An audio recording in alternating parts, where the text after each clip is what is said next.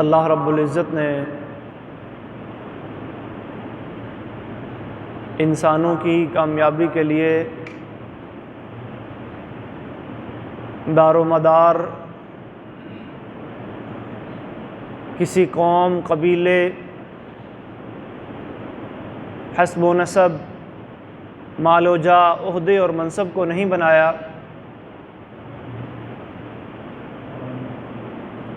بلکہ ایمان اور عمل صالح، یہ دو چیزیں، اور پھر اس کے ساتھ اللہ کا فضل اور اس کی رحمت، بندے کی طرف سے ایمان ہو، عمل صالح ہو اور اللہ کی رحمت شامل حال ہو جائے، بندے کے اوپر اللہ کی رحمت نچھاور ہو جائے، تو پھر کامیابی ملتی ہے۔ قرآن مجید میں اللہ تعالیٰ فرماتے ہیں وَقَالُوا لَن يَدْخُلَ الْجَنَّةَ إِلَّا مَنْ كَانَ هُودًا أَوْ نَصَارَىٰ، یہود و نصارہ کا دعویٰ تھا کہ جنت میں صرف یہودی جائیں گے، یہود کے علاوہ اور کوئی جنت میں نہیں جائے گا، اور نصارہ یعنی عیسائی، ان کا دعویٰ یہ تھا کہ جنت میں صرف عیسائی جائیں گے، عیسائیوں کے علاوہ اور کوئی جنت میں نہیں جائے گا۔ اللہ تعالیٰ فرماتے ہیں تِلْکَ أَمَانِيُّهُمْ، یہ صرف ان کی خواہشات ہیں، آرزوئیں ہیں، حقیقت ایسا نہیں ہے، حقیقت میں یوں نہیں ہوگا۔ قُلْ هَاتُوا بُرْهَانَكُمْ إِن كُنتُمْ صَادِقِينَ، اگر جنت تمہاری پکی ہے، تم نے ہی جنت میں جانا ہے، تمہارے علاوہ کسی اور نے جنت میں نہیں جانا، اللہ فرماتے ہیں پھر اپنی دلیل لاؤ، کوئی ثبوت پیش کرو، کوئی برہان پیش کرو، کوئی دلیل پیش کرو۔ اور آگے پھر اللہ رب العزت نے وضاحت فرمائی بلا، کیوں نہیں، من اسلم وجہہ للہ، جس نے اپنے آپ کو، اپنے چہرے کو اللہ کا فرما بردار بنا دیا، اپنے آپ کو اللہ کے سامنے جھکا دیا، اپنی مرضی اور خواہشات کو اللہ کی خواہشات کے تابع کر دیا، اپنے آپ کو اللہ کی رضا اور خوشنودی کے حصول کے لیے بیچ ڈالا۔ وَمِنَ النَّاسِ مَن يَشْرِي نَفْسَهُ ابْتِغَاءَ مَرْضَاتِ اللَّهِ، فرمایا کچھ لوگ وہ ہیں جو اپنے آپ کو اللہ کی رضا چاہنے کے لیے، اللہ کی خوشنودی چاہنے کے لیے کیا کرتے ہیں، بیچ ڈالتے ہیں۔ وَاللَّهُ رَؤُوفٌ بِالْعِبَادِ، اللہ اور اپنے بندوں پر بڑی شفقت کرنے والا ہے، پھر اللہ انہی بندوں پہ شفقت کرتا ہے، انہی پہ اللہ پھر رحم فرماتا ہے۔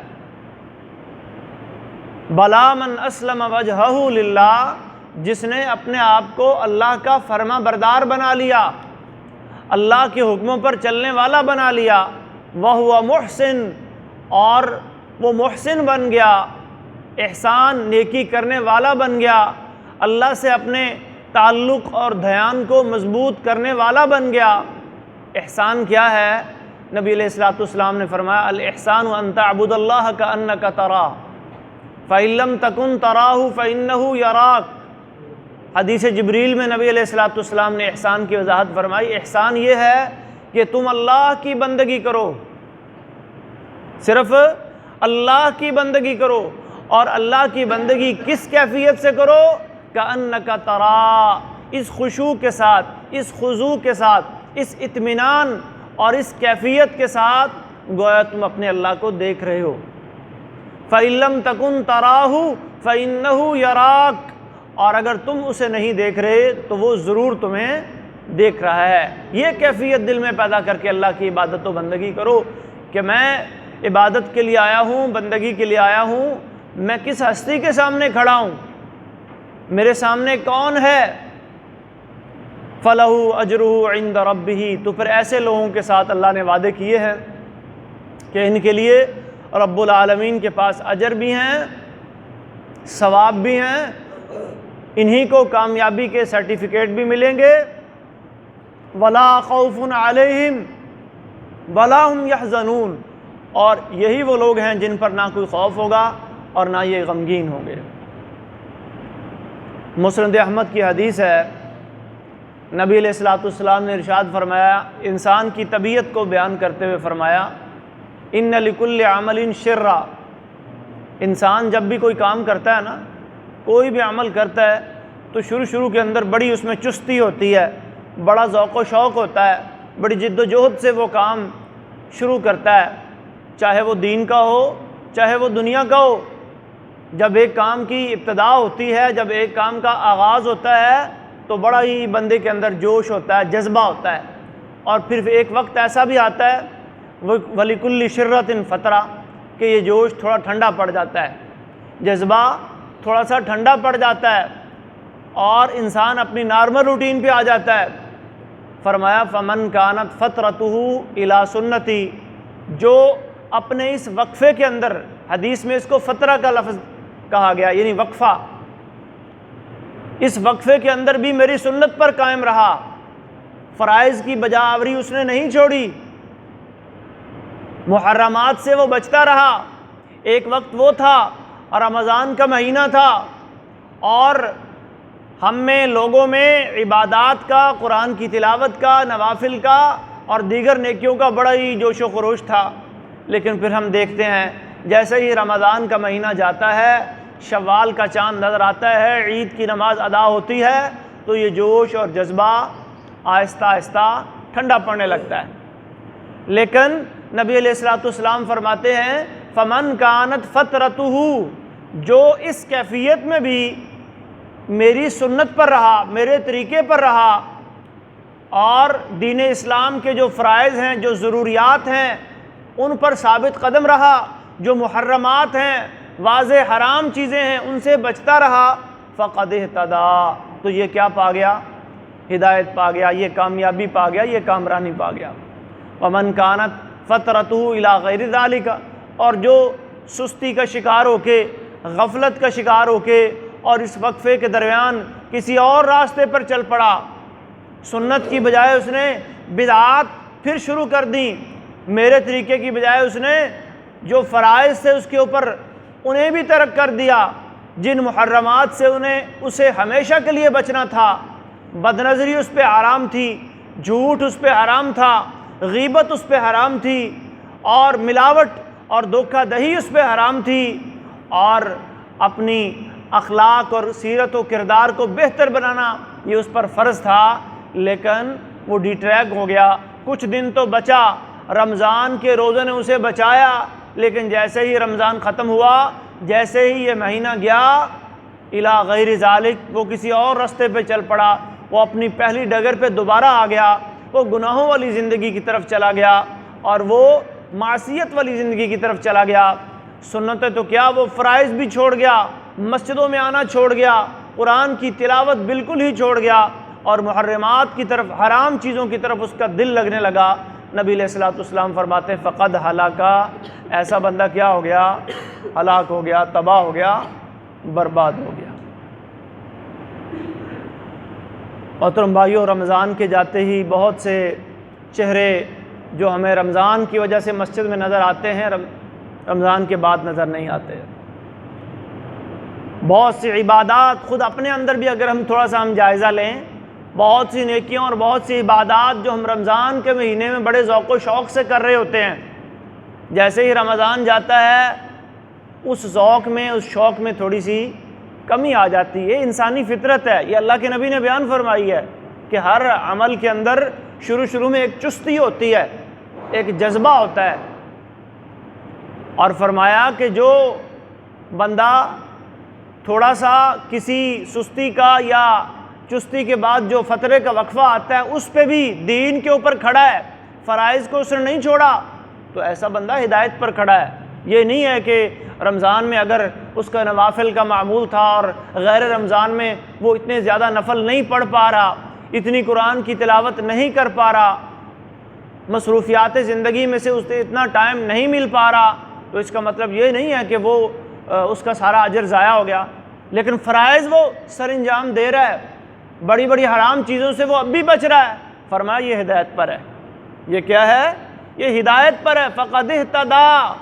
لیکن جو بندہ صرف رمضان کے مہینے میں مسلمان تھا، رمضان کے مہینے میں اللہ کی عبادت کر رہا تھا، رمضان کے مہینے میں ہی اپنی نظر کو بد نظری سے بچا رہا تھا، اپنے کانوں کو شیطانی گانوں باجوں سے بچا رہا تھا، اور جیسے ہی رمضان گزرتا ہے وہ پھر ساری اللہ کی جو محرمات حرام کام ہیں وہ ان کا ارتکاب بھی کرتا ہے، اور جو فرائض اور اللہ تبارک و تعالیٰ نے واجبات انسانوں پر لاگو کیے ہیں وہ ان سے بھی غافل ہو جاتا ہے۔ ایسے بندے کے بارے میں اللہ کے نبی فرما رہے ہیں فقد ہلاکا، یہ کیا ہو گیا؟ اب ہم نے دیکھنا ہے کہ ہم کس صف میں کھڑے ہیں۔ اور ایک اور چیز جو آج ہم نے خطبہ جمعۃ المبارک کے اندر اپنا جائزہ لینا ہے کہ رمضان کے مہینے میں ہم نے بہت سی نیکیاں کی، بہت سے نیک اعمال اللہ کی توفیق سے ہم کر پائے، تو نیک اعمال اللہ کی بارگاہ میں ہمارے قبول ہوئے یا نہیں، یہ فیصلہ تو اللہ رب العالمین نے کرنا ہے۔ اللہ فرماتا ہے یوم تجد کل نفس ما عملت من خیر محضرا، سورہ آل عمران کی آیت ہے کہ اس روز ہر جان جو بھی اس نے اپنا عمل کیا ہوگا زندگی میں اس کو اپنے سامنے حاضر پائے گی، اور پھر اس کی جو جزا اور سزا ہے، اس کا جو ثواب یا اس کی جو سزا بنتی ہے اس کو دی جائے گی، اس کے لیے اپنے آپ کو تیار پائے گا۔ فَمَن يَعْمَلْ مِثْقَالَ ذَرَّةٍ خَيْرًا يَرَى وَمَن يَعْمَلْ مِثْقَالَ ذَرَّةٍ شَرًّا يَرَى، جو رائی کے دانے کے برابر بھلائی کرے گا اسے بھی دیکھ لے گا، اور جو رائی کے دانے کے برابر برائی کرے گا اسے بھی دیکھ لے گا۔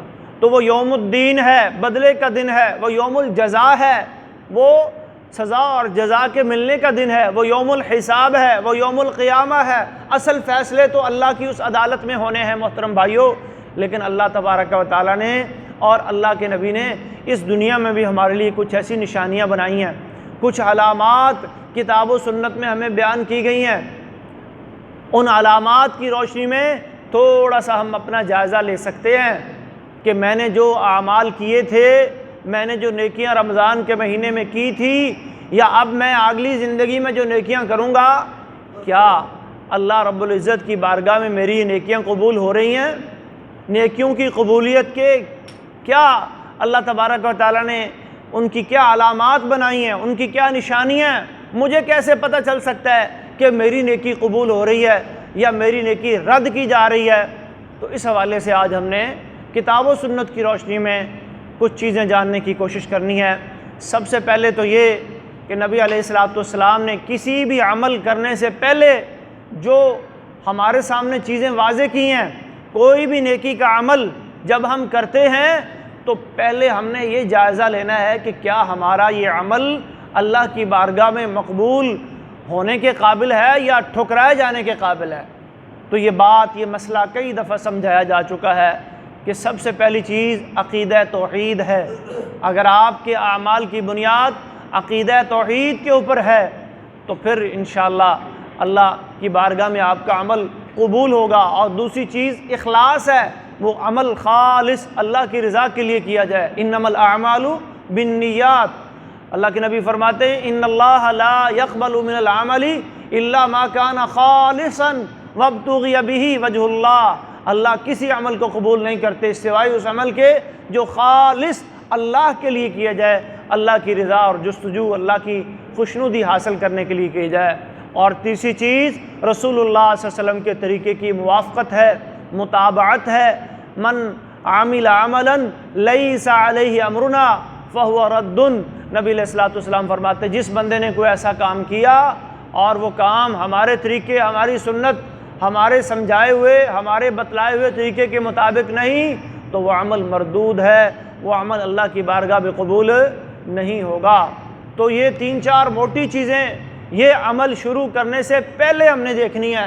اور چوتھی چیز ہے عمل کے اندر اتقان، پختگی، احسان، ابھی جس کی بات ہو رہی تھی، بلا من اسلم وجہہ للہ وہو محسن، نبی علیہ السلام فرماتے ہیں کہ بے شک اللہ تبارک و تعالیٰ پسند کرتے ہیں کہ اس کا بندہ اذا عمل عملا، جب بھی کوئی عمل کرے، اتقنہ، اسے اتقان کے ساتھ کرے، اسے پختگی کے ساتھ کرے، اسے اچھے طریقے سے کرے، نماز پڑھے، اچھے طریقے سے وضو کرے، تمام آداب کا اور تمام مسائل کا خیال رکھ کے کرے، اور پھر اسی طرح نماز کے لیے کھڑا ہو تو اچھے طریقے سے نماز پڑھے، نماز کے اندر چوری نہ کرے۔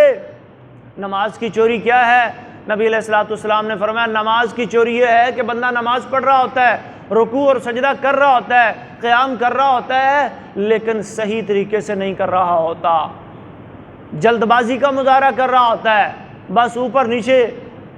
ایک حدیث میں آتا ہے صحیح مسلم کے اندر، نبی علیہ الصلوۃ والسلام نے ایسی نماز کو منافق کی نماز قرار دیا، یہ مومن کی نماز نہیں ہے۔ 3 بار ارشاد فرمایا تلک صلاۃ المنافق، تلک صلاۃ المنافق، تلک صلاۃ المنافق، فرمایا یہ منافق کی نماز ہے، یہ منافق کی نماز ہے۔ اللہ کے رسول کون سی نماز منافق کی نماز ہے؟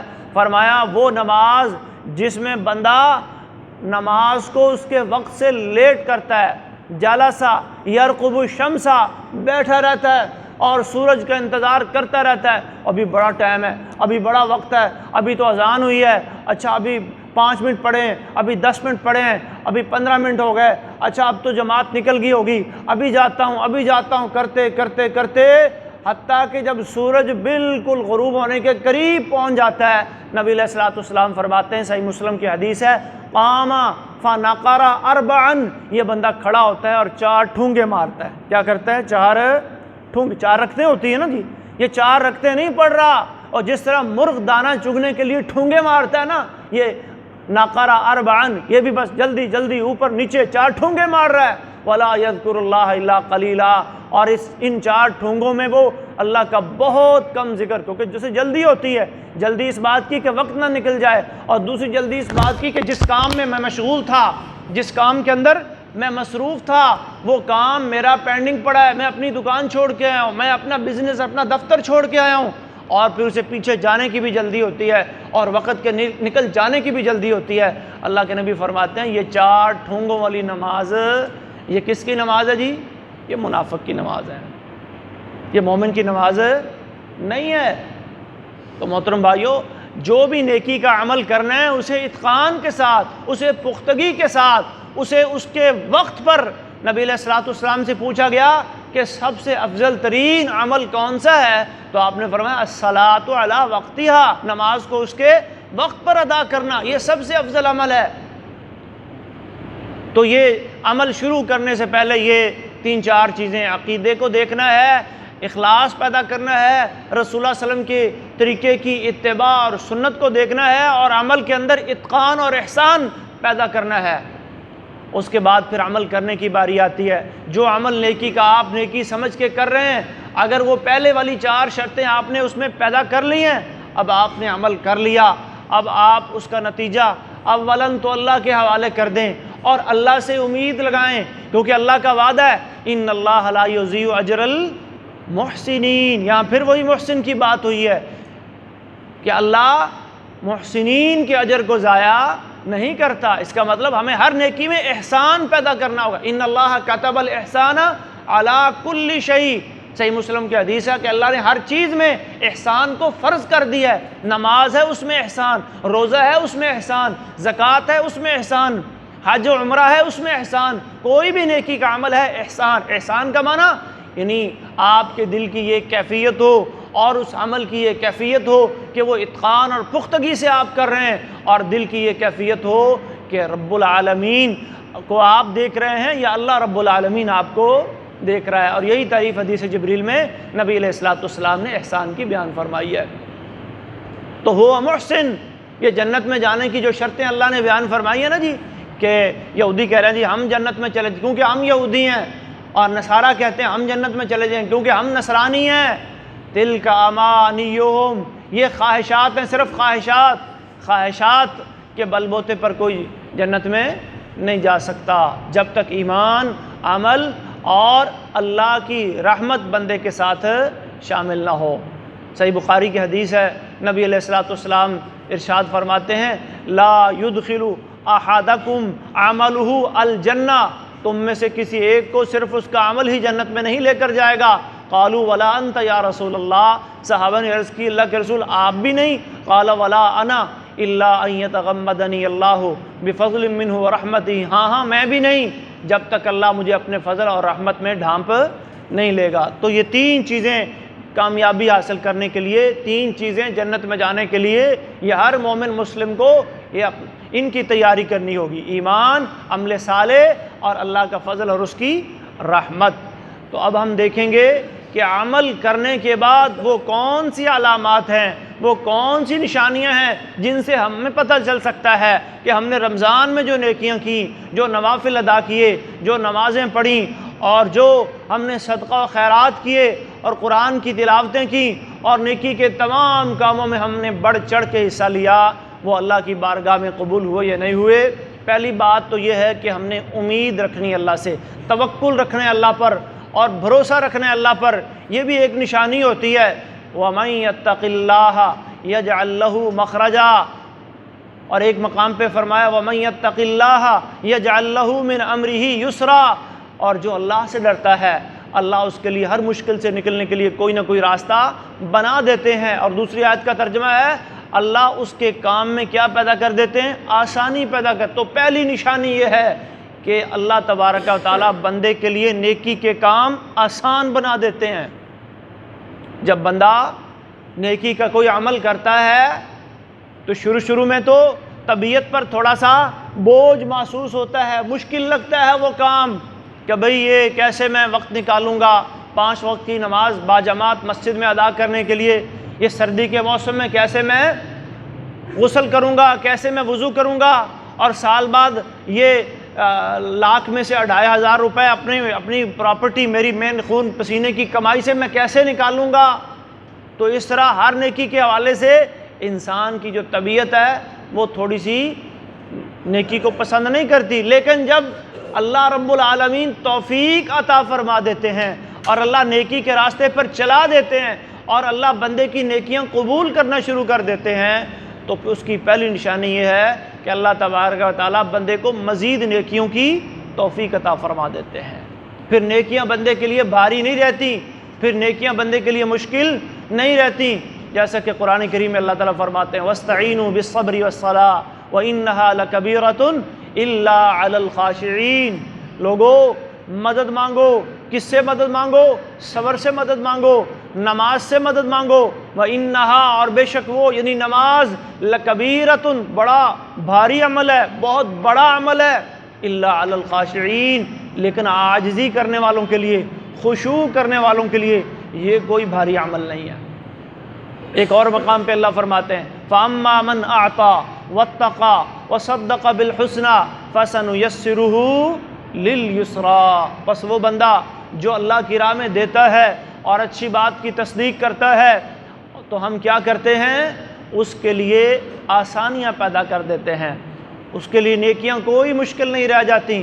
اور اس کے مقابلے میں وہ انسان وَأَمَّا مَنْ بَخِلَ وَاسْتَغْنَى وَكَذَّبَ بِالْحُسْنَى فَسَنُيَسِّرُهُ لِلْعُسْرَى، جو بخل اور کنجوسی کی طرف مائل ہوتا ہے اور اچھی بات کو جھٹلاتا ہے اور بے پرواہی اختیار کرتا ہے نیکیوں سے، فَسَنُيَسِّرُهُ لِلْعُسْرَى، اس کے لیے نیکیاں پھر آسان نہیں، اس کے لیے نیکیاں مشکل بن جایا کرتی ہیں۔ جیسا کہ ایک حدیث میں آتا ہے نبی علیہ الصلوۃ نے فرمایا کہ ان اثقل الصلوات علی المنافقین صلاۃ العشاء و صلاۃ الفجر، یہ جو عشاء اور فجر کی نمازیں ہیں یہ منافقین کے لیے سب سے زیادہ بھاری ہوتی ہیں۔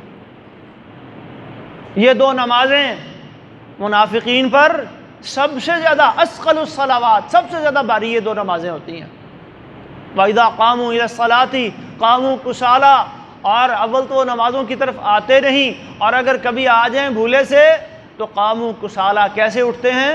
سستی کے ساتھ، یراؤون الناس، ریاکاری کرتے ہوئے، دکھلاوا کرتے ہوئے، ولا یذکرون اللہ الا قلیلا، اور اللہ کا بہت کم ذکر کرتے ہیں۔ تو پہلی نشانی کیا ہے اعمال کی قبولیت کی؟ کہ جب انسان کوئی نیکی کا عمل کرتا ہے اور جو پہلی شرطیں بتائی گئی انہیں پورا کرتا ہے تو پھر اللہ اس کے لیے دوسری نیکیوں کا راستہ آسان کر دیتے ہیں۔ صحیح بخاری کی ایک حدیث ہے، نبی علیہ الصلوۃ نے فرمایا علیکم بالصدق، لوگو سچ بڑی نیکی ہے، سچ کو اپناؤ۔ یہ سچ بذات خود صرف ایک نیکی کا نام نہیں ہے، فإن الصدق یہدی الی البر، یہ آپ کو سچ والی نیکی بہت ساری نیکیوں کی طرف لے جائے گی۔ وإن البر یہدی الی الجنہ، اور پھر نیکیاں آپ کو کہاں لے جائیں گی؟ جنت کی طرف لے جائیں گی۔ اور پھر فرمایا وَإِيَّاكُمْ وَالْكَذِبَ، لوگو جھوٹ سے بچو، فَإِنَّ الْكَذِبَ يَهْدِي إِلَى الْفُجُورِ، جھوٹ بذات خود بھی ایک گناہ ہے اور یہ بہت سے گناہوں کا سرچشمہ بھی ہے۔ جو انسان جھوٹ کا عادی ہو جاتا ہے، وہ صرف یہ نہیں کہ جھوٹ بولنے کا گناہ کر رہا ہے، وہ پھر اور بھی بہت سی برائیاں کرے گا۔ وَإِنَّ الْفُجُورَ يَهْدِي إِلَى النَّارِ، اور یہ پھر برائیاں اس کو کدھر لے جائیں گی؟ جہنم کی راہ دکھائیں گی، جہنم کی طرف لے جائیں گی۔ تو یہ پہلی علامت ہے، پہلی نشانی ہے کہ آپ جب نیکی کو عمل کرتے ہیں تو اس کی قبولیت کی ایک نشانی یہ ہے کہ اللہ تبارک و تعالیٰ پھر آپ کے لیے نیکی کے راستے میں، نیکی کے کاموں میں آسانیاں پیدا فرما دیتے ہیں۔ دوسری نشانی محترم بھائیو یہ ہے کہ اللہ تبارک و تعالیٰ دل میں اطمینان، سکون عطا فرما دیتے ہیں اور اللہ بندے کا سینہ کھول دیتے ہیں۔ قرآن کریم اللہ تعالیٰ اپنے نبی کو مخاطب کر کے ارشاد فرماتے ہیں، أَلَمْ نَشْرَحْ لَكَ صَدْرَكَ وَوَضَعْنَا عَنْكَ وِزْرَكَ الَّذِي أَنْقَضَ ظَهْرَكَ وَرَفَعْنَا لَكَ ذِكْرَكَ فَإِنَّ مَعَ الْعُسْرِ يُسْرًا إِنَّ مَعَ الْعُسْرِ يُسْرًا۔ اس صورت کو خلاصہ بھی یہی ہے کہ اللہ تبارک و تعالیٰ اپنے نبی کو مخاطب کر کے فرما رہے ہیں کہ اللہ نے اپنے نبی پر جو احسان کیا کہ اللہ نے آپ کا سینہ کھول دیا، وہ وہی جو قولاً ثقیلہ تھی، جو آپ کو شروع میں بوجھ محسوس ہوتی تھی۔ پہلی بار جب جبریل امین اپنی اصل شکل میں غار حرا کے اندر ملنے کے لیے آئے تو نبی علیہ السلام خوفزدہ ہو گئے تھے، ڈر گئے تھے، اور آپ کو خوف محسوس ہوا کہ شاید کوئی مجھے نقصان پہنچانا چاہتا ہے۔ سیدہ خدیجہ سے جا کے جب یہ واقعہ سنایا تو پھر انہوں نے حوصلہ دیا، پھر وہ اپنے چچا زاد بھائی ورقہ بن نوفل کے پاس لے گئیں، انہوں نے بھی تسلی دی کہ نہیں، ھذا الناموس الذی انزل اللہ علی موسیٰ، یہ تو وہی فرشتہ ہے جو اللہ نے موسیٰ پہ اتارا تھا، اور آپ اس امت کے ہونے والے نبی ہیں۔ یا لیتنی کنت جزع، کاش میں اس وقت جوان ہوتا، کاش میں اس وقت زندہ ہوتا، اذ یخرجک قومک، جب آپ کی قوم آپ کو نکالے گی تو میں آپ کی بھرپور مدد کرتا۔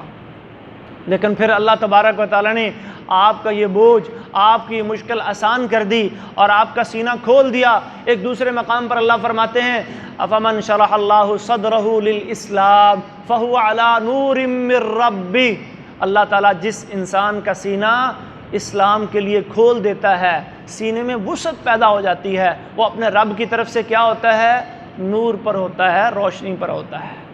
تو اللہ تبارک و تعالیٰ نیکی کرنے والے شخص کو، نیک اعمال کرنے والے شخص کو اطمینان، سکون اور راحت عطا فرماتے ہیں، خوشی عطا فرماتے ہیں۔ اور بڑی معروف حدیث ہے، اکثر میں آپ کے سامنے پڑھتا رہتا ہوں، نبی علیہ السلام کے پاس جب ایک صحابی آتے ہیں اور پوچھتے ہیں اللہ کے رسول کہ کیسے ہم چیک کریں کہ ہمارا ایمان کس معیار پر ہے، کیسے ہمیں پتہ چلے کہ ہماری نیکی اللہ کی بارگاہ میں قبول ہو رہی ہے یا نہیں ہو رہی؟ فرمایا اذا سرتک حسنتک وساءتک سیئتک فانت مؤمن، جب تمہیں تمہاری نیکی خوش کرے اور تمہیں تمہاری برائی بری لگے تو پھر جان لو کہ تم کون ہو؟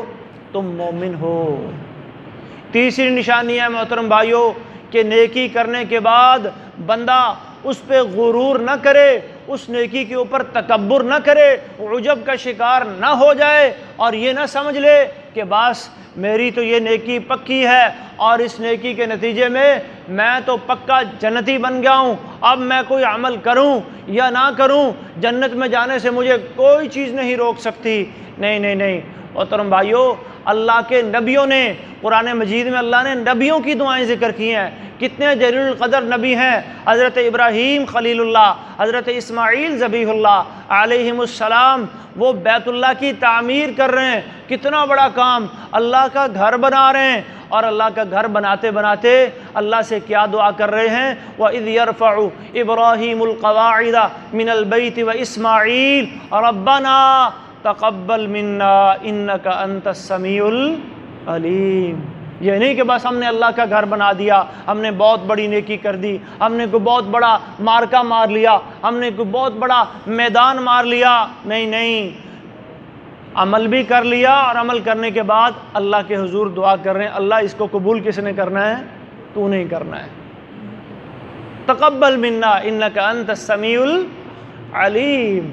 حضرت مریم علیہ السلام کی والدہ، وہ جب حاملہ ہوتی ہیں تو اللہ کے سامنے یہ منت مانتی ہیں، رب انی نذرت لک ما فی بطنی محررا، اے اللہ میرے پیٹ میں جو بچہ ہے میں تیرے سے عہد کرتی ہوں، میں یہ منت مانتی ہوں کہ اس کو تیرے دین کے نام پر وقف کر دوں گی، تیرے نیم کے نام پر اس کو آزاد کر دوں گی۔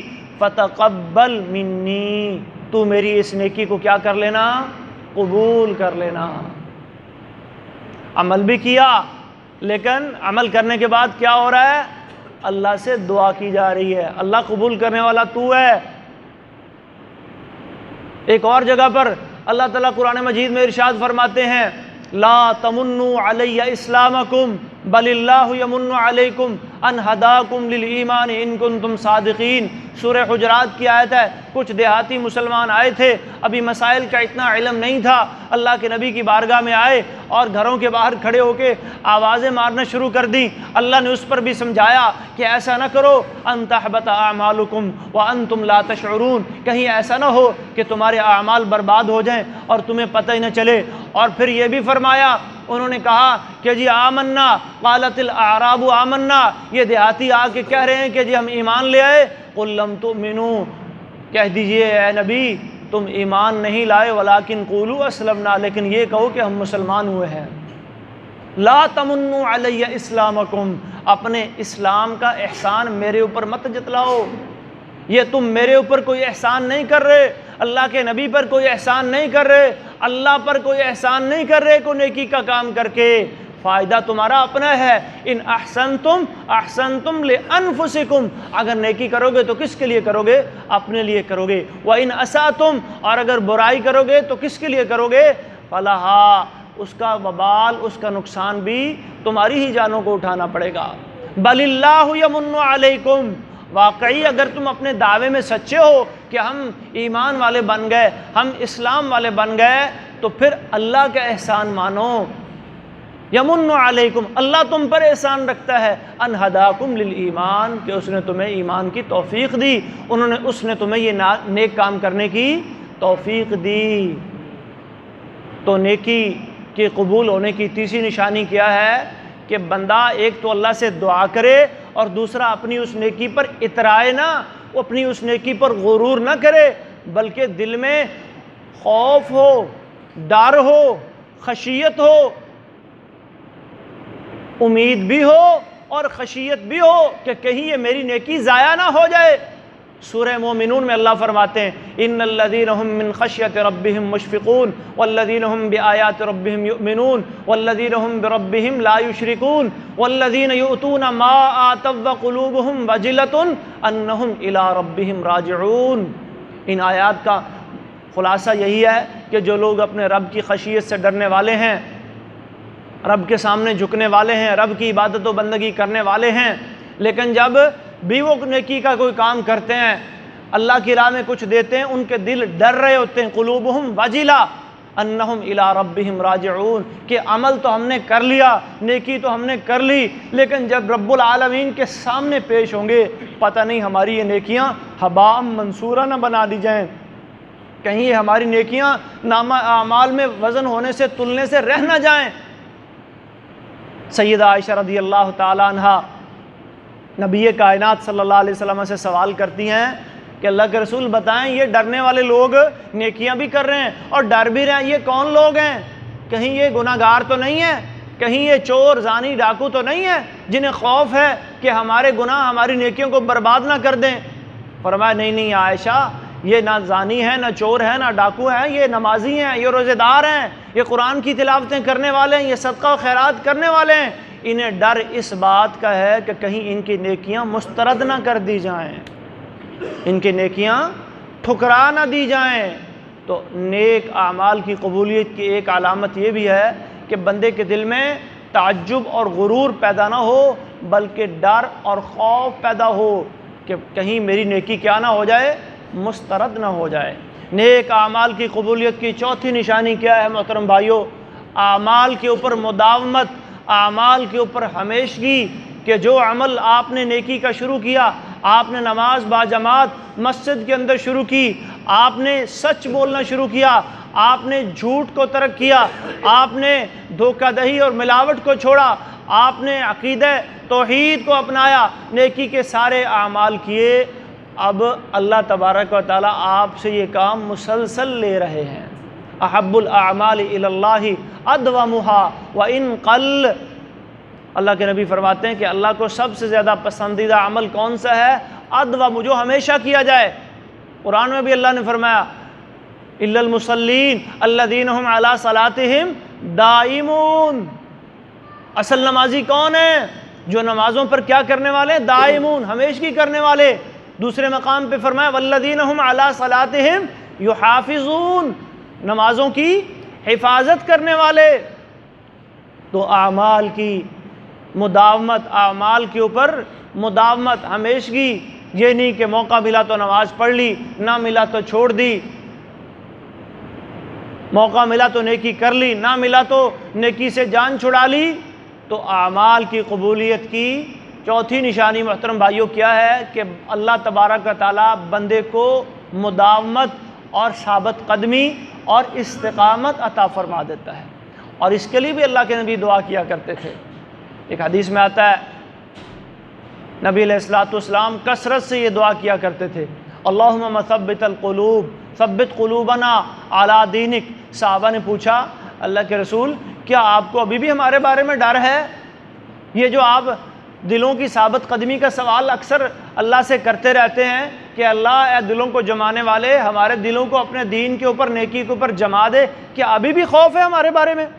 فرمایا ان قلوب بنی آدم بین اصبعین من اصابع الرحمن، یہ جو انسانوں کے دل ہوتے ہیں رحمان کی 2 انگلیوں کے درمیان ہیں، یقلبها کیف یشاء، اللہ جیسے چاہتا ہے انہیں بدل دیتا ہے۔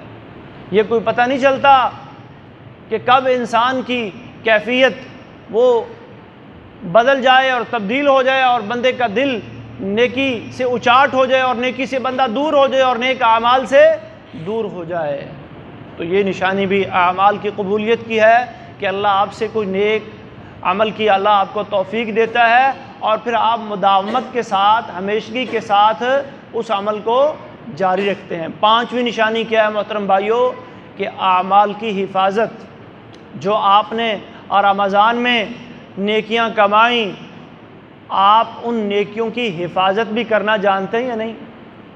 کامیاب تاجر، کامیاب بزنس مین، دنیا کے اندر کامیاب انسان اسی کو کہا جاتا ہے جو اپنے مال کو کمانے کے بعد پھر اس کی حفاظت کرنا بھی جانتا ہے۔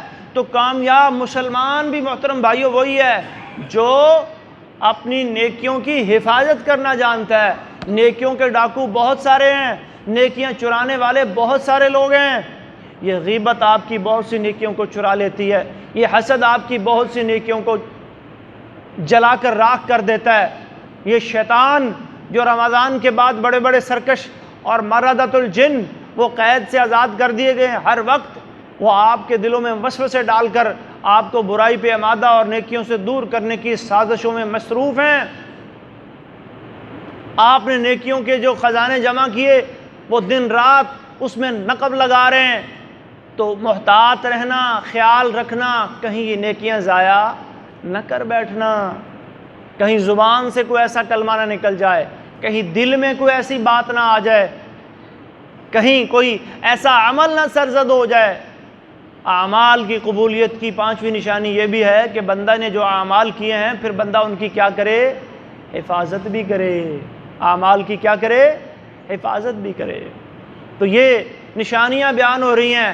ویسے تو فیصلے اللہ رب العالمین نے یوم الدین میں ہی کرنے ہیں کہ کس کا عمل قبول ہوا، کس کا نہیں ہوا، کون جنت میں جائے گا اور کون نہیں جائے گا، کس کو کامیابی ملے گی اور کس کو نہیں ملے گی۔ لیکن ہم کتاب و سنت کی روشنی میں کچھ ایسی نشانیاں، کچھ ایسی علامات دیکھ رہے ہیں جن سے ہمیں تھوڑا سا آئیڈیا ہو جاتا ہے، اندازہ ہو جاتا ہے کہ ہم کس منہج کے اوپر چل رہے ہیں، ہم کس راستے کے اوپر چل رہے ہیں، کیا ہماری یہ نیکیاں اللہ کی بارگاہ میں قبول ہو رہی ہیں یا نہیں ہو رہی ہیں۔ نیکی کے راستوں پر چلنے والے اور نیک اعمال کی قبولیت کی نشانیوں میں سے ایک نشانی یہ ہے کہ اللہ تبارک و تعالیٰ نیکوں کی محبت دل میں ڈال دیتا ہے۔ نیک لوگوں کی صحبت اور نیک لوگوں کی محبت اللہ تعالیٰ دل میں ڈال دیتا ہے۔ نبی علیہ السلام فرماتے ہیں من احب للہ وابغض للہ واعطى للہ ومنع للہ فقد استکمل الایمان ان اوثق عر الایمان۔ ایمان کے کڑوں میں سب سے مضبوط کڑا وہ کیا ہے؟ الحب فی اللہ والبغض فی اللہ۔ بندے کو نہ صرف یہ کہ برائی سے نفرت ہو جاتی ہے، برے لوگوں سے بھی نفرت ہو جاتی ہے، بری مجلس سے بھی نفرت ہو جاتی ہے، وہ بری محفل بری مجلس میں بیٹھنا پسند نہیں کرتا، وہ نیکی کے ماحول کا ایسا عادی ہو جاتا ہے، اللہ اس کے دل میں نیکی کی اتنی محبت ڈال دیتے ہیں کہ وہ نیکی کے راستے پر چلتے چلتے پھر نیک لوگوں کی صحبت کو اختیار کرنا پسند کرتا ہے۔ صحیح بخاری کی حدیث ہے، نبی علیہ الصلوۃ والسلام فرماتے ہیں ثلاث من کن فیہ وجد بہن حلاوۃ الایمان، تین چیزیں جس شخص میں ہوں گی وہ ایمان کی لذت و مٹھاس کو محسوس کر لے گا۔ ان یکون اللہ ورسولہ احب الیہ مما سواہما، اس کے دل میں اللہ اور اس کے رسول کی محبت سب سے زیادہ ہو۔ وان یحب المرء لا یحبہ الا للہ، اور دنیا میں اگر کسی اور سے محبت کرے تو وہ بھی اللہ کے لیے کرے۔ وان یکرہ ان یعود الی الکفر بعد ان انقذہ اللہ منہ، اور پھر کفر والی زندگی، گناہوں والی زندگی، اللہ کی معصیت و نافرمانی والی زندگی کی طرف جانے کو بندہ ایسے ناپسند کرے کما یکرہ ان یقذف فی النار، جیسے وہ جہنم کی آگ میں گرنے کو، آگ کے اندر اپنا ہاتھ ڈالنے کو بندہ جیتے جی آگ کے قریب ہاتھ لے جانے کو پسند کرتا ہے، جیسے ہی اس کی حرارت و گرمی کو محسوس کرتا ہے فوراً اپنا ہاتھ پیچھے کھینچ لیتا ہے۔ تو یہ چند نشانیاں تھیں نیک اعمال کی قبولیت کی، اور اب ہم اپنا جائزہ لیں کہ اگر تو ہم ان نشانیوں پہ پورے اتر رہے ہیں، نیکیوں کی محبت ہمارے دل میں بیٹھ رہی ہے، گناہوں کی نفرت ہمارے دلوں میں موجود ہے، نیک لوگوں کی صحبت میں ہم آنا پسند کرتے ہیں، اللہ کے گھروں کو جس طرح ہم پہلے رمضان میں آباد کیا کرتے تھے اب بھی ہمارا دل کرتا ہے، نیکی کے کام ہمارے لیے مشکل نہیں، بھاری نہیں، آسان لگتے ہیں، تو یقین جانیے یہ علامت ہے اس بات کی کہ اللہ آپ کی نیکیاں قبول فرما رہے ہیں۔ اور آخر میں ایک دو نیکیاں، ایک دو کام ایسے بتا دوں، کیونکہ کئی بھائی وہ جو ہے نا بڑے مطلب پریشان ہوتے، جی رمضان چلا گیا، رمضان میں ہم بڑی نیکیاں ایسی کیا کرتے تھے، اب ہمارے پاس ان نیکیوں کے کرنے کے موقع نہیں ہیں۔ بس ایک دو حدیثیں سن لیں اور پھر اپنی بات کو ختم کرتے ہیں۔ نبی علیہ الصلوۃ والسلام کی حدیث ہے، جس بندے نے عشاء کی نماز، جس بندے نے من صلی صلاۃ العشاء مع الجماعہ، جس بندے نے عشاء کی نماز جماعت کے ساتھ ادا کی اور پھر جا کے آرام کیا، سو گیا، اور پھر صبح فجر کے وقت اٹھا اور فجر کی نماز مسجد میں آ کے جماعت کے ساتھ ادا کی، تو جس طرح رمضان میں آپ تراویح پڑھنے کے لیے، قیام اللیل کرنے کے لیے اور رات کے آخری پہر میں وتر پڑھنے کے لیے اپنے گھروں سے، اپنی نیندوں سے، اپنے بستروں کو چھوڑ کے آیا کرتے تھے، یہ صحیح حدیث ہے اللہ کے نبی کی۔ نبی علیہ الصلوۃ والسلام فرماتے ہیں عشاء کی نماز اور فجر کی نماز اگر آپ مسجد میں باجماعت پڑھ لیں ساری رات کے قیام کا ثواب مل جائے، تو مایوس نہیں ہونا انشاءاللہ، یہ اجر باقی ہے، یہ نیکی کے جو ہے نا ٹائم ہمارے لیے اللہ تہجد کی توفیق دے وہ بھی پڑھیں، لیکن کم از کم فرائض سے غافل نہ ہوں۔ اور میں نے نشانی بھی بتائی نا اعمال کی قبولیت کی، کہ اگر رمضان گزر گیا تو کوئی بات نہیں، فرائض کی پابندی اگر آپ کر رہے ہیں تو سمجھو آپ کے اعمال قبول ہوئے۔ اور ایک اور اسی طرح قیام اللیل کے حوالے سے نبی علیہ الصلوۃ والسلام کی حدیث ہے، اربع قبل الظہر، یہ ظہر کی نماز سے پہلے یہ جو ہم 4 سنتیں پڑھتے ہیں نا جی، 4 سنتیں ظہر کی نماز سے پہلے، فرمایا یہ ظہر کی نماز سے پہلے 4 سنت، ایک تو حدیث میں آتا ہے تفتح لہن ابواب السماء، وہ وقت وہ ہوتا ہے جب آسمان کے دروازے کھولے جاتے ہیں، کچھ ٹائم ایسے ہوتے ہیں جس میں اللہ آسمانوں کے دروازے کھول دیتے ہیں، تو وہ آسمانوں کے دروازے کھلنے کا وقت ہے، اور وہ رکعتیں ان کا اجر و ثواب سیدھا آسمانوں پہ جاتا ہے۔ اور ساتھ ہی اللہ کے نبی نے فرمایا یعدلنا بصلاۃ السحر، یہ ظہر کی پہلی جو 4 سنتیں ہیں نا، یہ اگر آپ اہتمام سے، توجہ سے، سنت کے مطابق ٹائم پہ آ کے نماز سے پہلے پڑھ لیں، ان کا اجر اتنا ہے جیسے آپ نے تہجد کے وقت 4 رکعتیں پڑھی ہیں، جیسے آپ نے یعدلنا بصلاۃ السحر، سحر کی نماز، تہجد کی نماز، ظہر کی پہلی 4 رکعتیں۔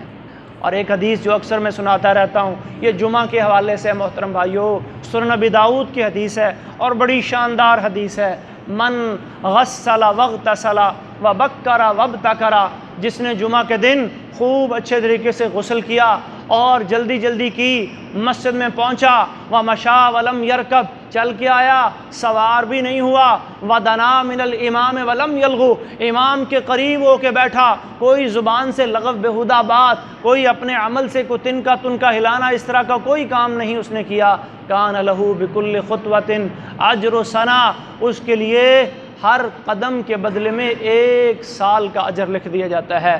کس چیز کا اجر؟ 1 سال کا اجر۔ کون سے عمل کا اجر؟ صیامہا و قیامہا، 1 سال کے روزے اور 1 سال کا قیام اللیل۔ اس کا موقع تو اب بھی ہے، جمعہ 7ویں دن آتا ہے، 7ویں دن آپ آئیں اور جمعہ کے جو آداب ہیں ان کا خیال رکھیں اور وقت سے پہلے پہنچیں، امام کے ممبر کے قریب ہو کے بیٹھیں اور پھر خاموشی سے خطبہ سنیں، دین کے مسائل سنیں، کتاب و سنت کی باتیں سنیں۔ اور یہ کتنا بڑا اجر ہے، کتنا بڑا اجر ہے! ایک ایک قدم پر 1 سال کے روزوں کا ثواب، 1 قدم پر 1 سال کے قیام اللیل کا ثواب۔ اور مجھے امید ہے انشاءاللہ ہم اس اجر کو ضائع نہیں کریں گے۔ اللہ تبارک و تعالی ہماری رمضان کی بھی تمام نیکیاں حسنات اپنی بارگاہ میں قبول فرمائے، اور رمضان کے جانے کے بعد بھی اللہ ہمیں مزید نیکیاں کرنے کی توفیق عطا فرمائے۔ وآخر دعوانا ان الحمد للہ رب العالمین۔